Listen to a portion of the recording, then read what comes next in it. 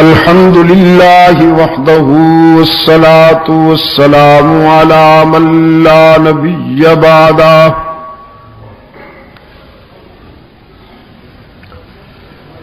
وعلى آله وأصحابه الذين أوفوا عهده الذين هم مفاتيح الرحمة ومصابيح الغرر. أعوذ بالله من الشيطان الرجيم.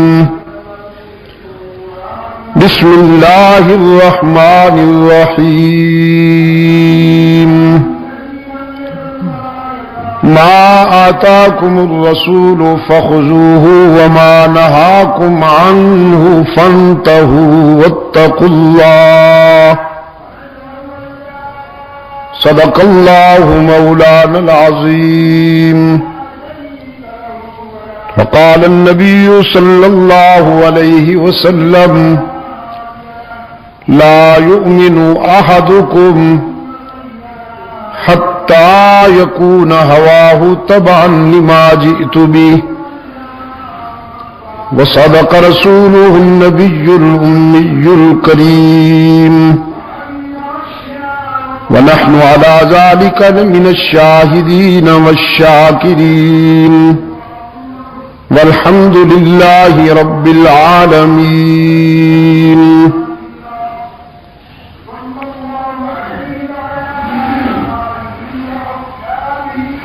اگر مناسب سمجھے تو یہ دروازے بند کر دیں تاکہ وہ باہر سے آواز ڈسٹرب نہ کرے مجھے.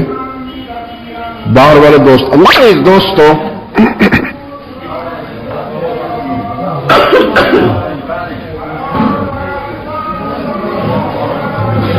آج 19 دسمبر 1986 ہم یہاں پشاور میں جمعہ کی نشست میں دعوت و تبلیغ کی نسبت سے جمع ہیں اور اس مختصر سی ملاقات میں میں جو آپ سے گفتگو کروں گا اس کے لیے کتاب اللہ کا وہ حصہ بنیاد ہے جو ابھی ابھی آپ کے سامنے تلاوت کیا گیا. حق تعالی کا ارشاد ہے: جو کچھ تمہیں رسول کے قول و عمل سے ملے اس کو اپنا لو، اور جس بات سے اللہ کا رسول تمہیں روکے اس سے رک جاؤ. یہی ایمان کی روح ہے کہ اطاعت رسول میں تم اپنی ذاتی سوچ کو قربان کر دو.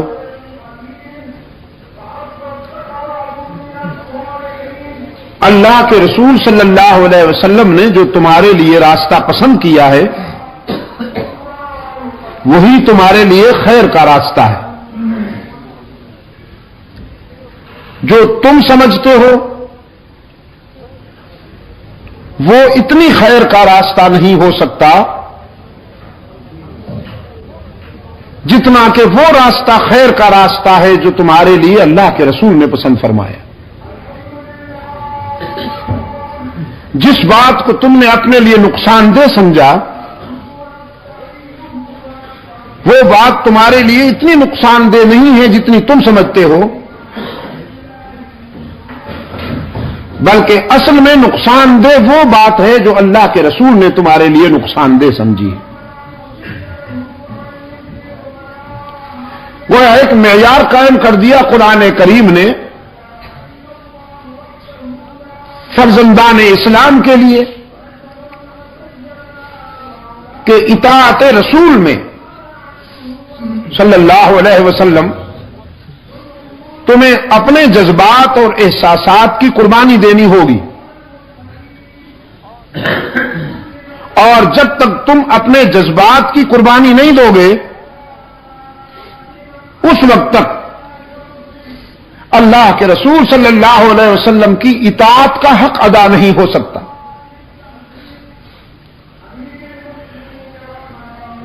سرکار دو عالم صلی اللہ علیہ وسلم کی حدیث بھی میں نے کوٹ کی ہے ابھی، جس میں ارشاد ہوتا ہے تم میں سے کوئی شخص ایمان میں اس وقت تک کامیاب نہیں ہو سکتا لا یؤمن احدکم حتی یکون ہواہ تبعا لما جئت بہ، جب تک کہ اس کی خواہشات اور اس کے جذبات میری منشا کے تابع نہ ہو جائیں اس وقت تک تم میں سے کوئی شخص ایمان میں کامل نہیں ہو سکتا.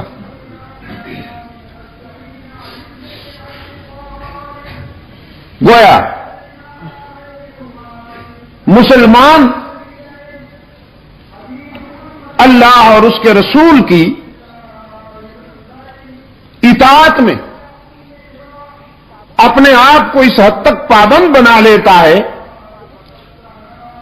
کہ اس کے جذبات و احساسات اور اس کی خواہشات اللہ اور اس کے رسول کی منشا کے تابع ہو جاتی ہیں، تب جا کر وہ دنیا اور آخرت کی واضح کامیابیاں حاصل کر سکتا ہے. حضرات صحابہ کرام رضوان اللہ تعالی علیہم اجمعین جو اس امت میں سب سے بہتر جماعت ہے، سب سے کامیاب ترین لوگ ہیں، ان کی سیرت و کردار میں بھی جو بات نمایاں نظر آتی ہے وہ یہی ہے کہ انہوں نے اپنی خواہشات اور اپنے جذبات پر اللہ اور اس کے رسول کی منشا کو حاکم مانا. انہوں نے وہ نہیں کیا جو خود چاہتے تھے، انہوں نے وہ کیا جو اللہ اور اس کے رسول کی منشا تھی. اس سے ان کے ذوق میں ایسی تبدیلی آئی کہ وہ گویا اخلاق نبوی کے پرتو بن گئے، عکس کامل بن گئے. علامہ ابن حجر اسقلانی رحمت اللہ تعالی علیہ نے حلقہ رسالت کا تجزیہ کرتے ہوئے ایک خوبصورت تضمین کی ہے کہ سرکار دو عالم صلی اللہ علیہ وسلم اپنے شاگردوں کے حلقہ میں تشریف فرما تھے. فرمانے لگے کہ اللہ نے میرے دل میں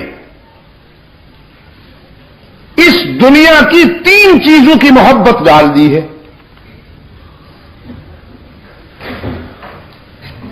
3 چیزوں کی محبت اللہ نے میرے دل میں ڈال دی ہے. صحابہ کرام رضوان اللہ تعالی علیہم اجمعین یہ معلوم کرنے کے لیے بے قرار ہو گئے کہ ہمارے آقا کو کون سی چیزیں پسند ہیں کہ ہم بھی انہیں چاہیں. یہ تو آپ جانتے ہیں کہ چاہنے والوں کے لیے محبوب کی پسند بھی محبوب ہوتی ہے. محبت کا تقاضا ہے، جب کسی سے محبت ہو جائے تو اس کی ہر ادا اچھی لگتی. فرمایا حبب الی من دنیاکم ثلاث، 3 چیزوں کی محبت اللہ نے میرے دل میں ڈالی ہے. الطیب والنساء وفی روایت والمرأة الصالحة وجعلت قرة عینی فی الصلاة.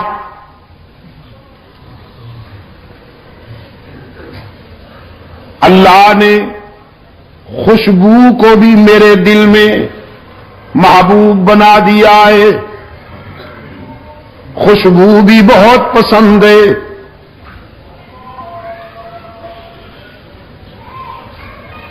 اور پھر یہ پسند اتنی بڑی کہ خوشبوئیں حضور کو چاہنے لگیں۔ سرکار دو عالم صلی اللہ علیہ وسلم کا سراپا اقدس ہر وقت مہکتا تھا، عطر لگائے بغیر بھی خوشبوئیں ٹپکتی تھیں رحمت عالم صلی اللہ علیہ وسلم سے۔ اس قدر خوشبوئیں مہکتی تھیں حضور کے جسد اطہر سے کہ جس گلی سے گزر جاتے وہ گلیاں مہکتی،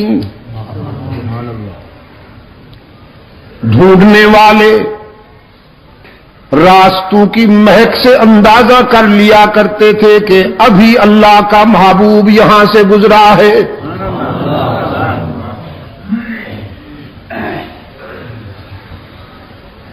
فرمایا نیک رفیقہ حیات بھی مجھے بہت پسند ہے،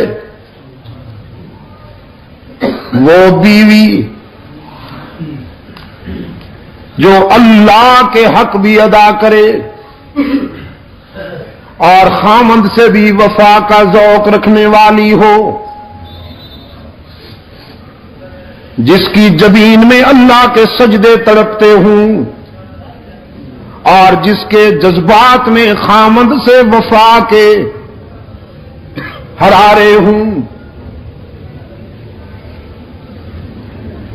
عبادت میں اللہ سے وفا کرے، عفت میں خامند سے وفا کرے، وہ رفیقہ حیات بھی مجھے بہت پسند ہے۔ اور تیسری بات فرمائی نماز تو میری آنکھوں کی ٹھنڈک ہے، میرے دل کا سکون ہے، آنکھوں کا نور ہے اور میرے دل کا سرور ہے نماز۔ سیدہ عائشہ صدیقہ رضی اللہ تعالی عنہا فرماتی ہیں اللہ کا محبوب عابد بن کر جب نماز کے لیے کھڑے ہوتے تو کبھی کبھی یوں لگتا کہ ساری رات عبادت میں گزر جائے گی، آنکھوں میں آنسو ہوتے تھے، لبوں پر اس کی حمد و تسبیح ہوتی تھی، اور عاجزی کا یہ عالم کہ دیکھنے والوں کو رحم آتا تھا رسول اللہ کی عاجزی اور تواضع پر۔ ہم تو اکڑ کے کھڑے ہوتے ہیں نا، کبھی یوں کھجلی ہو رہی ہے کبھی یوں کھجلی ہو رہی ہے، اور سیدہ عائشہ صدیقہ رضی اللہ تعالیٰ عنہا فرماتی ہیں دیکھنے والوں کو رحم آیا کرتا تھا رحمت للعالمین کی عاجزی پر۔ قیام اتنا طویل کہ ہم سوچتے شاید پوری رات قیام میں گزر جائے گی، رکوع اتنا طویل، خیال آتا کہ شاید پوری رات رکوع میں گزر جائے گی، پھر سجدہ اتنا طویل، گمان ہوتا کہ شاید پوری رات سجدے کے حالت میں گزر جائے گی۔ ایک رات شب بھر آنکھیں برستی رہیں، روتے رہے اور قرآن کریم کی یہ آیت بار بار دہراتے رہے، ان تعذبہم فإنہم عبادک، ان تعذبہم فإنہم عبادک، میرے معبود اگر تو میری امت کے گناہ گاروں کو سزا دینے لگے، ان کی خطاؤں پر ان کی گرفت کر لے، ان کے گناہوں کی سزا دینے لگے، تو تجھ سے کون پوچھنے والا ہے، تجھے کون روکنے والا ہے، بندے جو تیرے ہیں۔ اگر ان کو ان کی خطاؤں پر تو گرفت کر لے تو بھی تجھے روکنے والا کوئی نہیں، وَإِن تَغْفِرْ لَهُمْ، اور اگر میرے آنسو کی لاج رکھتے ہوئے تو انہیں معاف کر دے تو بھی تجھ سے پوچھنے والا کوئی نہیں۔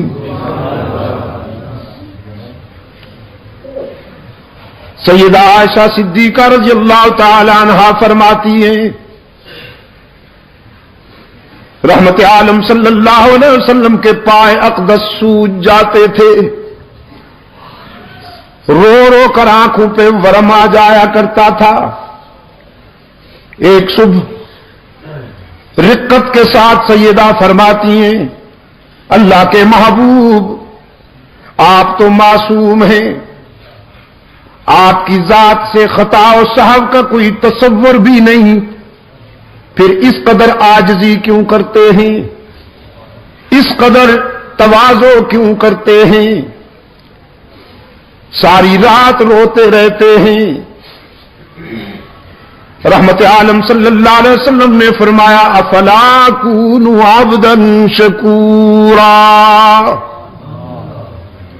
عائشہ میں اس کا شکر کیوں نہ ادا کروں جس نے یتیم کو سارے نبیوں کا امام بنا دیا، اس نے اپنے لطف و عطا میں کوئی کمی کی ہے کہ میں اس کے شکر میں کمی آنے دوں۔ فرمایا وجعلت قرۃ عینی فی الصلاۃ، نماز تو میرے آنکھوں کی ٹھنڈک ہے۔ فقام ابو بکر، صدیق اکبر رضی اللہ تعالی عنہ کھڑے ہوئے، وفاؤں کا بادشاہ، وفاؤں کا بادشاہ، جب ہر طرف سے انکار ہو رہا تھا صدیق اکبر نے اقرار کیا، وفاؤں کا بادشاہ۔ جب ساری دنیا سوشل بائیکاٹ کر رہی تھی رحمت عالم سے، صدیق اکبر نے ایثار کا معیار قائم کر دیا۔ جب پتھر پھینکے جا رہے تھے صدیق اکبر نے سینے پہ پتھر کھائے۔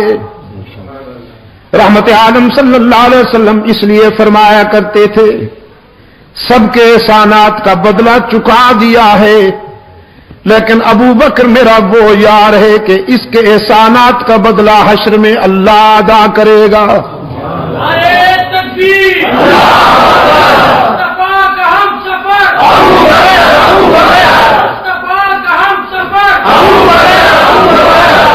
فقام ابو بکر، صدیق اکبر رضی اللہ تعالی عنہ کھڑے ہوئے،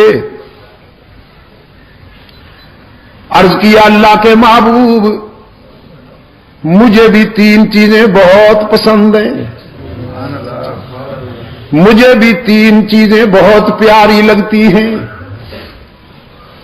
فاروق اعظم رضی اللہ تعالیٰ عنہ فرماتے ہیں ہم نے اپنے خیالات میں تین پسندیدہ چیزیں تلاش کرنا شروع کی کہ ابو بکر نے جب حضور کے بعد اپنی پسند کی تین چیزیں بیان کرنی ہے تو ہم بھی کریں، اور فاروق اعظم فرماتے ہیں میری خواہش تھی کہ پیغمبر کے بعد میری پسند سب سے اعلیٰ ہو، افضل ہو، لیکن صدیق اکبر رضی اللہ تعالیٰ عنہ نے اپنے آقا کے اشارے پر جب تینوں چیزیں بیان کی ہیں تو صحابہ کرام اللہ اکبر کہہ کر مان گئے کہ پیغمبر کے بعد ابو بکر کا مقابلہ کوئی نہیں کر سکتا۔ سرکار دو عالم صلی اللہ علیہ وسلم نے فرمایا ابو بکر بتاؤ تمہیں کیا پسند ہے؟ عرض کیا النظر الی وجہک، آپ کے چہرے کی طرف دیکھتے رہنا دنیا و ما فیہا سے زیادہ پسند ہے۔ اب اس کا مقابلہ کون کرے؟ النظر الی وجہک، محبوب کے چہرے میں کتنی کشش ہوتی ہے یہ کسی چاہنے والے کا دل جانتا ہے، پھر جب محبوب ہو محمد عربی جیسا اور چاہنے والا ہو صدیق اکبر جیسا۔ فرمایا النظر الی وجہک، آپ کے چہرے کی طرف دیکھتے رہنا مجھے دنیا و ما فیہا سے زیادہ پسند ہے. اور پھر اللہ نے بھی کیسا کرم کیا، ابو بکر کے ذوق کی کیسے تسکین کی اللہ نے کہ ہجرت کے سفر میں 3 راتیں غار میں اپنی گود میں سلائے بیٹھے ہیں اللہ کے محبوب کو.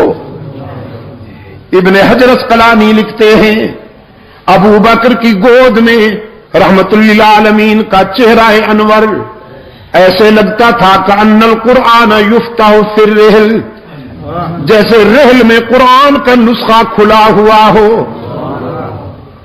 اور صدیق اکبر نے، اس عاشق صادق نے تنہا یہ نظارے حاصل کیے. کبھی کبھی کیفیت میں فاروق اعظم صدیق اکبر رضی اللہ تعالیٰ عنہ سے عرض کیا کرتے تھے میری ساری زندگی کا جہاد لے لو، ساری زندگی کی ریاضت لے لو، ساری زندگی کی نوافل لے لو، ساری زندگی کے صدقے لے لو، ساری زندگی کی خیرات لے لو، ساری نیکیاں لے لو، اور ہجرت والی رات میں غار میں جو 3 راتیں جو تو نے اللہ کے محبوب کے ساتھ گزاری ہیں وہ مجھے دے دو. صدیق اکبر فرمایا کرتے تھے ابو بکر یہ تو اللہ کی تقسیم ہے، وہ جسے چاہتا ہے نوازتا ہے. آپ کہتے ہیں اگر ساری کائنات بھی مجھ سے سودا کرنا چاہے، ساری کائنات کہے کہ ابو بکر خوبیاں تو لے لے اور وہ ہمیں دے دے، تو میں ہجرت والی رات میں غار کی خلوتوں میں گزری ہوئی 3 راتوں کا ایک لمحہ بھی کسی کو نہ دوں.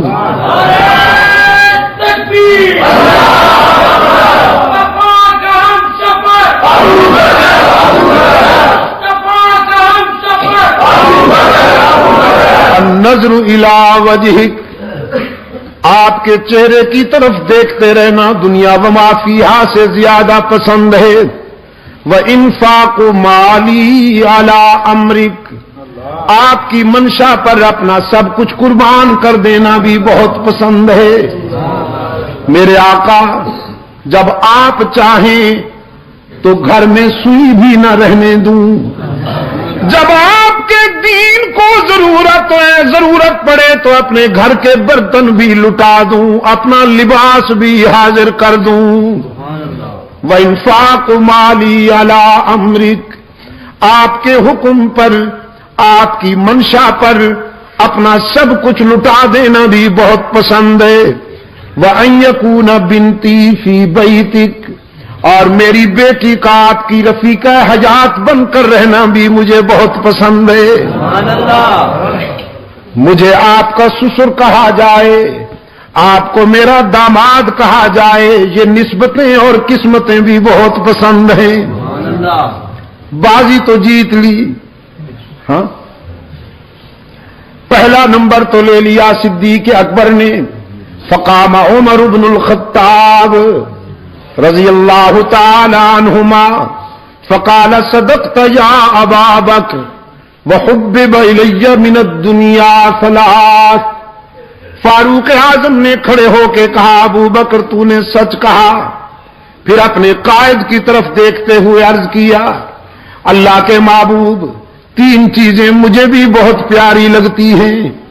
رحمت عالم صلی اللہ علیہ وسلم نے فرمایا عمر بیان کرو تمہیں کون سی 3 چیزیں پسند ہیں.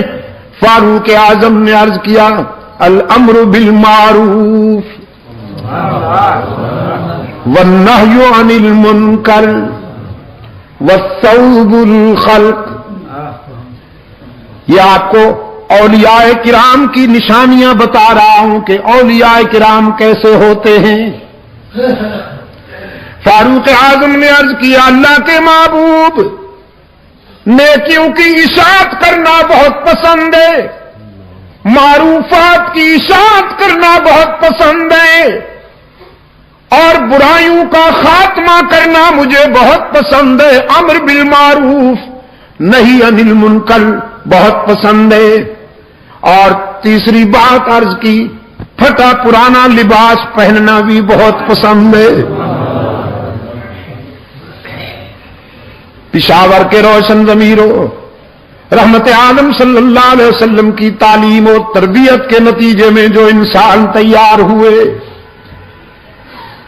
ابھی میرا عزیز کہہ رہا تھا نا عبد الباسط سلمہ کہ انہوں نے اپنے کردار سے انسانیت کا معیار قائم کر دیا. معیار قائم کر دیا انسانیت کا کہ جو سنا اس پر عمل کر کے دکھایا، جو کہا اس پر عمل کر کے دکھایا. حضرت زید رضی اللہ تعالیٰ عنہ فرماتے ہیں فاروق اعظم کے نام کی جلالت عرب و عجم تک محسوس کی جا رہی تھی. باطل لرزتا تھا ایوانوں میں فاروق کا نام سن کر. قیصر و کسریٰ کا جنازہ اٹھ گیا تھا. اس جلیل القدر کے کردار کی، جلیل القدر انقلابی انسان کے کردار کی دھمک نے باطل کا منہ کالا کر دیا تھا. خط لکھتے ہیں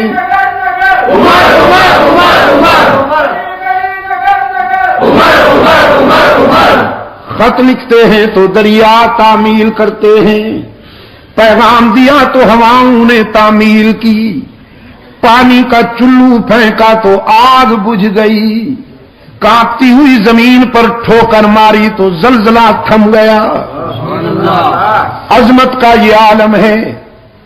اور پھر حضرت زید فرماتے میں نے اسی عمر کے کرتے پہ 17 پیوند شمار کیے، 17 ٹاکیاں لگی ہوئی تھیں.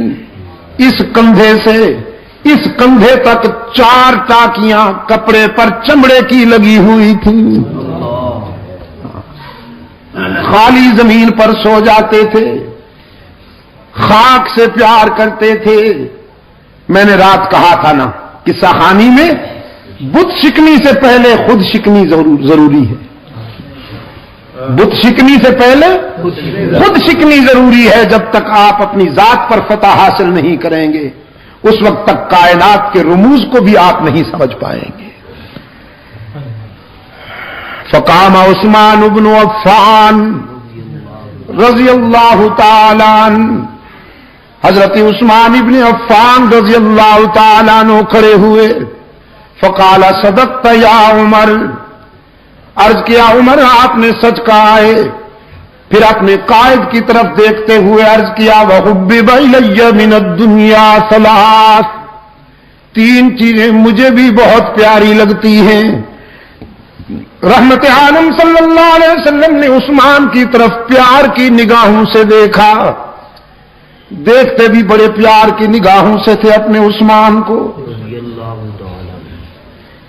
کبھی کبھی فرماتے تھے عثمان میرا وہ رضاکار ہے کہ جب یہ فرش پہ چلتا ہے تو اللہ کے فرشتے عرش پر اس سے حیا کرتے ہیں.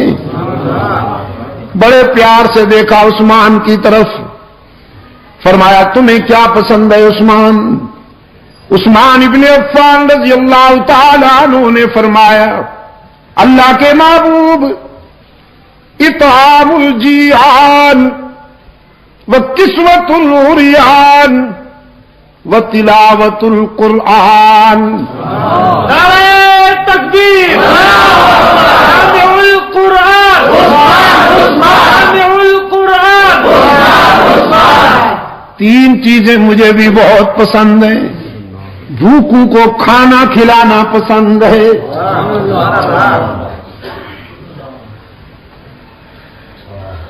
نادار اور کمزور لوگوں کو نیا لباس پہنانا پسند ہے.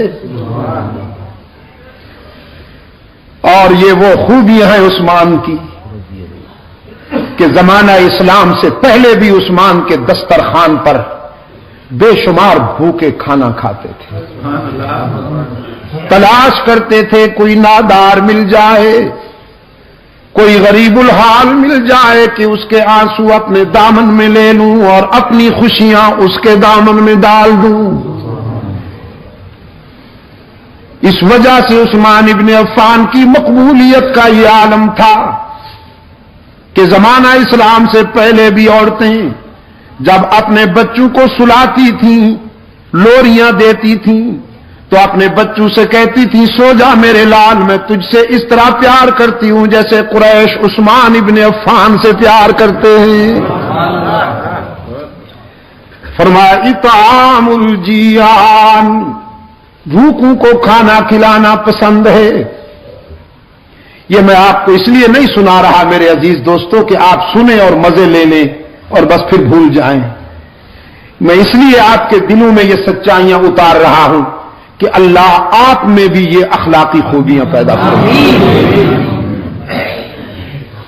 سرکار دو عالم صلی اللہ علیہ وسلم نے فرمایا اس نیک آدمی سے کہہ دو جو ساری رات عبادت کرتا ہے، تسبیح ہاتھ میں رکھتا ہے، ہر سال حج پہ جاتا ہے، عمرے بھی ادا کرتا ہے، ذکر و فکر میں محو رہتا ہے، لیکن جو رات کو پیٹ بھر کر سو جائے اور اس کے پڑوس میں کوئی انسان بھوکا تڑپتا رہے، رحمت للعالمین صلی اللہ علیہ وسلم نے فرمایا اس عابد شب زندہ دار سے کہہ دو کہ وہ ہم میں سے نہیں، ہم اس میں سے نہیں۔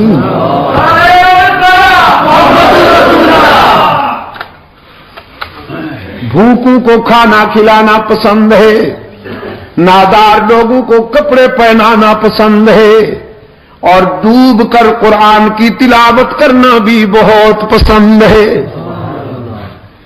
لاج رکھی عثمان نے، لاج رکھی اپنی پسند کی، جب تک جیتے رہے فیاضی کا دریا بھی بہتا رہا، سخاوت کا سمندر بھی موج زن رہا، اور پھر آخری وقت عثمان نے قرآن کا دامن نہیں چھوڑا، قرآن نے عثمان کو تنہا نہیں رہنے دیا۔ شہداء کی صف میں صرف عثمان منفرد مظلوم ہے کہ جس نے قرآن کے دامن میں آخری سانس لیے۔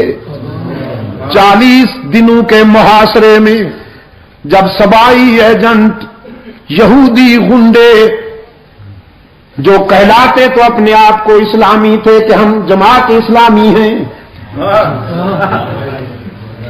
کہلاتے تو اپنے آپ کو اسلامی تھے، قرآن بھی ان کے ہاتھ میں تھے، داڑیاں بھی تھیں، لیکن عثمان کو خائن کہتے تھے، عثمان کو اقربا پرور کہتے تھے، عثمان پر الزام تراشیاں کرتے تھے۔ ان سیاسی گنڈوں نے حضرت عثمان کے گھر کا محاصرہ کیا، 40 دن تک عثمان پر آب و دانہ بند رکھا، پھر 40 دنوں کے بعد عثمان مظلوم پر یلغار کی۔ حضرت علی رضی اللہ تعالی عنہ حضرت عثمان کے پاس آتے ہیں، کہتے ہیں عثمان اب آپ کی مظلومیت برداشت نہیں، آپ امیر المومنین ہیں، ہم آپ کی حکم عدولی بھی نہیں کر سکتے، آپ ہمیں اجازت دیجیے کہ ہم ان گنڈوں کو ٹھکانے لگا دیں، یہ مٹھی بر شر پسند ہیں، تخریب کار ہیں، اجازت دیجیے۔ عثمان سب کچھ سننے کے بعد فرماتے ہیں علی میرا ضمیر گوارا نہیں کرتا کہ میری وجہ سے خون ریزی ہو اور مدینے کی گلیاں انسان کے خون سے سرخ ہو جائیں۔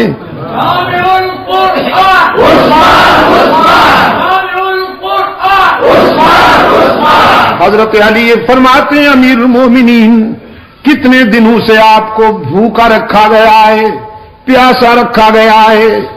عثمان فرماتے ہیں علی بھائی آج تو پیاسا نہیں ہوں، آج تو سارے دکھ دور ہو گئے، آپ کے آنے سے کچھ دیر پہلے غنودگی کی کیفیت تھی، بے خودی کا عالم تھا، خواب میں رحمت للعالمین مسکراتے ہوئے ملے۔ رحمت عالم صلی اللہ علیہ وسلم نے فرمایا عثمان 2 راستے ہیں، ان میں سے ایک چن لو، ایک راستہ یہ ہے کہ اپنے دشمنوں کے لیے بد دعا کرو وہ ہلاک ہو جائیں، زمین پھٹے گی اور غرق ہو جائیں، اور دوسرا راستہ ہے صبر والا، دوسرا راستہ ہے صبر والا، پہلا راستہ ہے جذبات والا اور دوسرا راستہ ہے صبر والا۔ تو اگر صبر کرو، روزہ رکھا ہوا ہے آپ نے، افطاری ہمارے ہاں عالم برزخ میں آ کے کرنا۔ حضرت عثمان نے فرمایا میں نے اپنے آقا سے کہہ دیا ہے حضور میں دوسرا راستہ پسند کرتا ہوں، صبر کروں گا۔ آپ دعا فرمائیں کہ اللہ مجھے صبر کے مرحلے میں کامیاب کر دے۔ رحمت عالم صلی اللہ علیہ وسلم نے سینے سے لگا لیا۔ حضرت عثمان فرمانے لگے میرے سینے پر حضور اکرم صلی اللہ علیہ وسلم نے پیار کا ہاتھ رکھا، ساری پیاس دور ہو گئی، میں اب تک دل کی گہرائیوں میں حضور کے ہاتھ کی ٹھنڈک محسوس کر رہا ہوں۔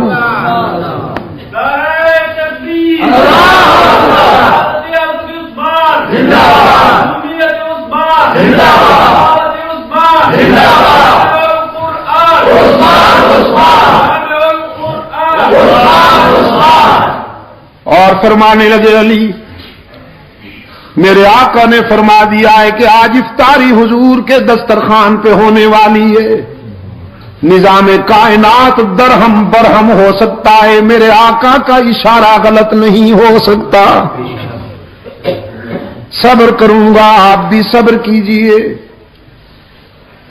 نماز عصر پڑھی، لباس بدلا، قرآن کو سامنے کھول کر بیٹھ گئے۔ بڑی تختی والا قرآن کریم تھا، چمڑے کے اوراق پہ لکھا ہوا، قرآن کریم کی تلاوت شروع کر دی۔ پہلے پارے کی آخری آیتیں تلاوت ہو رہی تھی کہ قاتل دیوار پھاند کر اندر آ گئے۔ حضرت عثمان کے سینے میں انہوں نے سلاخیں اتاری، داڑھی مبارک کو پکڑ کر نوچا، سینے میں سلاخیں اتاری، گھائل ہو کر حضرت عثمان کے سینے سے خون کا فوارہ نکلا، قرآن نے اپنے ورقوں میں محفوظ کر لیا۔ قرآن کے ورقے خون عثمان سے رنگین ہو گئے، اور پھر جب گھائل ہو کر گرے تو عثمان قرآن ہی کے دامن میں جا گرے۔ عثمان نے قرآن کو اور قرآن نے عثمان کو سینے لگا کر یاری پکی کر لی نا۔ حشر کے میدان میں شہداء جب اللہ کی عدالت میں پیش ہوں گے، کسی شہید کی شہادت کی گواہی ریت کے ذرے دیں گے، کسی شہید کی شہادت کی گواہی تلوار کی دھار دے گی، کسی شہید کی شہادت کی گواہی خنجر دے گا، کسی شہید کی شہادت کی گواہی خون گریبان دے گا، تیر و کمان دے گا۔ عثمان وہ مظلوم ہے، اس کی شہادت کی گواہی اللہ کا قرآن دے گا۔ عثمان نے جان دے دی لیکن قرآن کا دامن نہ چھوڑا۔ اطعام الجیان وکسوۃ العریان وتلاوۃ القرآن، تین چیزیں عثمان نے بیان کی۔ فقام علی بن ابی طالب رضی اللہ تعالی عنہ فقال صدقت یا عثمان، حضرت علی کھڑے ہوئے، فرمایا عثمان آپ نے سچ کہا ہے۔ پھر اپنے قائد کی طرف دیکھتے ہوئے عرض کیا وحبب الی من الدنیا ثلاث، اللہ کے محبوب مجھے بھی تین چیزیں بہت پسند ہیں۔ رحمت عالم صلی اللہ علیہ وسلم نے شفقت کی نگاہوں سے اپنے پیارے علی کو دیکھا، فرمایا علی بیان کرو تمہیں کیا پسند ہے؟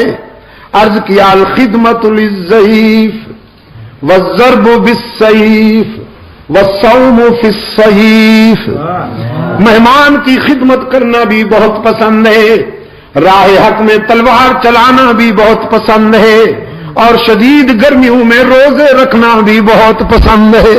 نعرہ تکبیر، چمن چمن کلی کلی، چمن چمن کلی کلی، مہمان آ جائے میرے گھر میں تو جی چاہتا ہے جو کچھ گھر میں ہو دسترخوان پہ رکھ دوں، میدان کارزار میں جی چاہتا ہے کہ کفر کی صفیں الٹ کے رکھ دوں، اور شدید گرمی میں اللہ کو راضی کرنے کے لیے روزے رکھ کر اپنے نفس کو مغلوب کرنا بھی میری چوائس ہے اور میرا ذوق ہے۔ علی کے روزے کھجور کا دانہ پانی پی کر سحری کر لی اور پھر نان جمی سے افطاری کر لی۔ ہماری سحریاں اور ہماری افطاریاں، اللہ اکبر، سحری اتنی بھرپور کہ افطاری تک کھانے کو کچھ جی نہ چاہے، پھر افطاری اتنی بھرپور کہ سحری تک کچھ طلب ہی نہ رہے۔ اللہ قبول فرما لے۔ رمضان تو آتا ہے روحانیت کی تعمیر کے لیے کہ ذرا باڈی کلوز ہو جائے، روح میں طاقت آ جائے۔ ہم رمضان میں بھی جسم کو پالتے ہیں، باڈی پلتی ہے ہماری، ورنہ حضرت علی رضی اللہ تعالیٰ عنہ کی افطاری کا یہ عالم ہے۔ افطاری تیار ہو رہی ہے، نان جمی تیار ہو رہا ہے، سیدہ فاطمہ کے ہاتھ روٹیاں بنا رہے ہیں۔ افطاری کا وقت قریب آ گیا، ایک ایک روٹی سب کے آگے رکھی ہے۔ باہر دستک ہوئی، انا ابن السبیل، مسافر ہوں، سوالی کی آواز آئی۔ حضرت علی رضی اللہ تعالیٰ عنہ نے اپنی روٹی اٹھا کر اپنے بڑے فرزند حضرت حسن کو دیتے ہوئے فرمایا، جاؤ لخت جگر میرے حصے کی روٹی سوالی کو دے کے آ جاؤ، میں پانی پی کر افطاری کر سکتا ہوں۔ حضرت حسن رضی اللہ تعالیٰ عنہ نے روٹی لے لی، عرض کیا ابا حضور اگر اجازت ہو تو میں اپنے حصے کی روٹی بھی سوالی کے لیے لے جاؤں۔ فرمایا سبحان اللہ، اس میں اجازت کی کون سی بات ہے؟ شہید کربلا رضی اللہ تعالیٰ عنہ حضرت حسین نے بھی اپنے حصے کی روٹی اٹھا کے حسن کے دامن میں ڈال لی۔ تینوں روٹیاں لے کر جب حضرت حسن جانے لگے تو سیدہ فاطمہ اس میدان میں کیسے پیچھے رہتی؟ انہوں نے تو سخاوت کے گر محمد کی گود میں سیکھے تھے، انہی کی تو تعلیم و تربیت تھی۔ فرمایا بیٹے میرے حصے کی روٹی بھی سوالی کے لیے لے جاؤ، میں بھی محمد کا خون ہوں نا، پانی سے افطاری کر لوں گی۔ چاروں روٹیاں لے جانے لگے حضرت حسن، سیدنا علی کی خادمہ حضرت فضہ خادمہ اور کنیز تڑپ اٹھی اور اپنے حصے کی روٹی اٹھا کر بھی حسن کے دامن میں ڈال دی۔ عرض کیا شہزادے میرے حصے کی روٹی بھی سوالی کے لیے لے جاؤ، تاکہ دنیا کو پتہ چل جائے کہ صرف علی کا گھرانہ ہی سخی نہیں ہوتا، علی کے غلام بھی سخی ہوتے ہیں۔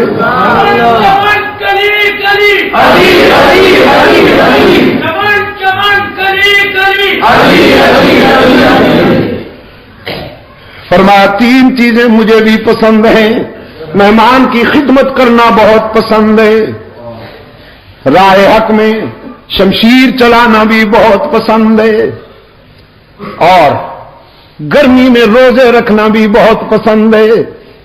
ابن حجر اسقلانی لکھتے ہیں فَبَيْنَاهُمْ اِذْ جَاءَ جِبْرَائِیل، یہ باتیں ہو رہی تھیں کہ جبرائیل امین آ گئے۔ فَقَالَ أَرْسَلَنِيَ اللَّهُ تَعَالَى لَمَّا سَمِعَ مَقَالَتَكُمْ، اللہ کے محبوب یہ مذاکرہ فرش پہ ہو رہا تھا، اللہ نے مجھے عرش سے بھیجا ہے کہ میں بھی اس مذاکرے میں شامل ہو جاؤں۔ تین چیزیں اپنی بھی بیان کرنے آیا ہوں اور تین چیزیں اللہ کی پسند کی بھی بیان کرنے آیا ہوں۔ فرمایا ان کنت من اہل الدنیا، اگر میں دنیا والوں میں سے ہوتا تو پھر سنیے تین چیزیں میری بھی پسند کی ہیں۔ ارشاد الضالین، گم کردہ راہوں کو سیدھے راہ پہ ڈالنا پسند ہے، جن سے راستہ کھو جائے انہیں صراط مستقیم پر لگانا پسند ہے۔ وَمُعَاوَنَةُ أَهْلِ عِيَالِ الْمُعْسِرِينَ، ارشاد الظالین، ومعاملة أهل عيال الموسرين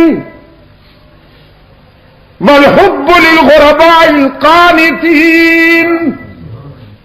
3 چیزیں بہت پسند ہیں: گمراہوں کو راہ راست پہ لگانا اور ان غریبوں سے دوستی کرنا جن کی جیب تو خالی ہو لیکن ضمیر محفوظ ہو. کمال تشنگی میں بھی جگر کا خون پی لیں پر کسی کے سامنے دستے دلب دراز نہ کریں. یہ عسرت اور یسرت. عزیز دوستو، غربت اور ثروت دونوں آزمائشیں ہیں.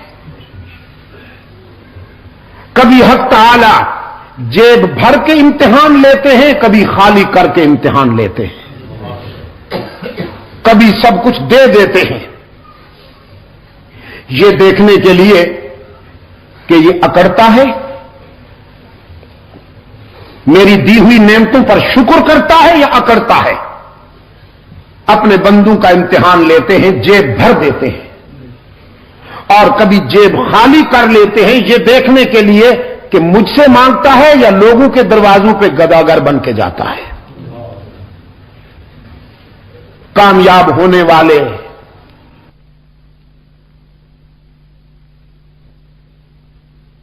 کام لیا کرتے ہیں.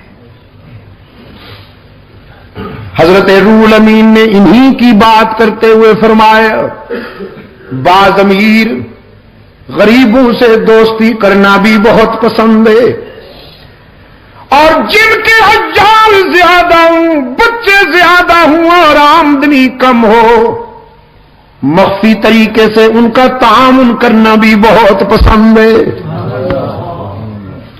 مخفی طریقے سے، تاکہ ان کی عزت نفس مجروح نہ ہو. وہ رات کو سو جائیں، میں ان کے گھر میں غلے کی بوریاں ڈال آؤں، صبح یہ بھی پتہ نہ چلے کہ کون ڈال گیا تھا. کیونکہ کوئی عزت نفس والا، کوئی خوددار انسان کیوں کسی سے لے؟ کیا کہا اقبال نے کہ منعم کو گدا کے ڈر سے بخشش کا نہ ہو یارا. جزاک اللہ. منعم کو گدا کے ڈر سے بخشش کا نہ ہو یارا. یہ ہے مومن کی خودداری اور اس کی عزت نفس، سیلف ریسپیکٹ، کہ اس کو کوئی دینا بھی چاہے تو اس کی عزت نفس کے ڈر سے نہ دے سکے کہ کہیں یہ ٹھکرا نہ دے کہ تو کون ہے مجھ کو دینے والا، میں تو اللہ سے لینے والا ہوں. کسی بندے سے لینا میری عزت نفس کی توہین ہے. کہ منعم کو گدا کے ڈر سے بخشش کا نہ ہو یارا. ان لوگوں کا تعاون کرنا پسند ہے. 3 چیزیں روح الامین نے بیان کی. اب صحابہ کرام بھی رحمت للعالمین بھی صلی اللہ علیہ وسلم یہ سننے کے لیے بے قرار تھے کہ ہمارے رب کو کیا پسند ہے. حضرت روح الامین نے عرض کیا اپنے بندوں کی طرف سے 3 چیزیں اللہ کو بھی بہت پسند ہیں: بذل الاستطاع والصبر عند الفاقہ والبکاء عند الندامہ. جب کوئی جوان اپنی جوانی اور اپنا شباب اللہ کے راستے میں خرچ کرتا ہے تو وہ بھی اللہ کا محبوب بن جاتا ہے. اسے بھی اللہ بہت پیار کرتے ہیں. غزوہ احد میں سرکار دو عالم صلی اللہ علیہ وسلم کے قریب ایک من چلا سا نوجوان آیا. ہاتھوں میں اس کے کھجور کا خوشہ تھا، تازہ کھجوروں کا خوشہ تھا. عرض کیا اللہ کے محبوب، یہ میری چمکتی ہوئی رانا جوانی، اگر میں اسے قربان کر دوں ٹکرا جاؤں اللہ کے دشمنوں سے تو کیا ملے گا؟ رحمت عالم صلی اللہ علیہ وسلم نے فرمایا اللہ کی خوشنودی اور اس کی مسکراہٹ ملے گی۔ وہ نوجوان کہنے لگا اچھا اللہ کی مسکراہٹ ملے گی، خوشا پھینکا اور آستینے چڑھا کر تلوار لے کر نعرے تکبیر لگا کر ایسے گھس گئے کفار کی صفوں میں جیسے بادلوں میں چاند گھس جاتا ہے۔ سرکار دو عالم صلی اللہ علیہ وسلم نے وہ منظر بڑی شفقت کے ساتھ دیکھا، بڑی گہری توجہ کے ساتھ دیکھا کہ کفار کے پاؤں اکھڑ گئے، وہ جدھر جاتا تھا لاشوں کے انبار لگاتا جاتا تھا اور پھر زخم کھاتا ہوا آگے بڑھتا چلا گیا۔ کسی نے پوچھا نوجوان کہاں جاتے ہو؟ وہ نوجوان پلٹ کے دیکھتا ہے، چہرے پہ مسکراہٹ ہے، خون بھی ہے اور چہرے پہ مسکراہٹ ہے۔ کہنے لگا کیوں روکتے ہو؟ احد کے دامن میں جنت کی خوشبو آ رہی ہے، وہیں جانا چاہتا ہوں۔ تکبیر! اور اسی جذبے کے ساتھ جان دے ڈالی اس نے۔ یہ جوانی بھی اللہ کو بہت پسند ہے۔ بذل الاستطاعہ، حق تعالی جسے شباب عطا فرمائے، خون کی حرارتیں عطا فرمائے، یہ ہے تو چند روز کی مہمان۔ اور اگر کوئی جوان اپنی جوانی کو اللہ کی مرضی پر خرچ کر ڈالے تو فرمایا وہ جوان بھی اللہ کو بہت پیارا لگتا ہے۔ اللہ کسی کو دولت عطا فرمائے، رہنا اس نے بھی نہیں، لیکن اگر اس دولت کو کوئی اللہ کی مرضی پہ خرچ کر دے تو اللہ اس سے بھی بہت پیار کرتے ہیں۔ بذل الاستطاعہ، اپنی صلاحیت اور اپنی استعداد کو اللہ کے راستے میں خرچ کرنے والے بھی اللہ کو بہت پسند ہیں۔ دوسرے نمبر پہ فرمایا والصبر عند الفاقہ، تنگ دستی میں صبر کرنے والے بھی اللہ کو بہت پسند ہیں۔ رب العالمین جن لوگوں کو تنگ دستی اور عسرت کے انداز میں آزمائے، اس آزمائش میں وہ ثابت قدم رہیں، اللہ کے سوا کسی کے آگے دامن نہ پھیلائیں، صبر سے کام لیں، تو فرمایا یہ صبر کرنے والے غریب بھی اللہ کو بہت پسند ہیں۔ والبکاء عند الندامہ، اور اپنے گناہوں پہ شرمندہ ہو کر رونے والے گناہگار بھی اللہ کو بہت پسند ہیں۔ سرکار دو عالم صلی اللہ علیہ وسلم نے فرمایا 2 قطروں پہ جہنم کی آگ حرام ہے، 2 قطروں پہ قطرتان، 2 قطروں پہ جہنم کی آگ حرام ہے۔ ایک شہید کے جسم سے ٹپکنے والا خون کا قطرہ حرام ہے، جہنم کی آگ اس پر بھی، اور دوسرا گناہگار کی آنکھ سے احساس ندامت میں بہنے والا آنسو حرام ہے، اس پر بھی جہنم کی آگ۔ کبھی رو کے تو دکھائیے اللہ کے حضور، کبھی آنسو بہا کے تو دکھائیے۔ کتنے پیار سے فرمایا قال ربكم ادعوني استجب لكم ان الذين يستكبرون عن عبادتي سيدخلون جهنم داخرين۔ میرے بندوں کو کہہ دیجئے میرے محبوب، اللہ کی رحمت تمہاری پکار کا انتظار کرتی ہے، کبھی اس کو پکارو تو صحیح، اپنی زندگی کی ساری خطائیں جمع کر کے لے جاؤ، وہ تمہاری خطاؤں کا تمہیں تانا بھی نہیں دے گا، معاف کر دے گا۔ کتنے پیار سے فرمایا نبی عبادی انی انا الغفور الرحیم، میرے خطا کار بندوں سے کہیے اگر تمہارے گناہ بہت ہیں تو میری رحمت کا بھی کوئی ٹھکانہ نہیں۔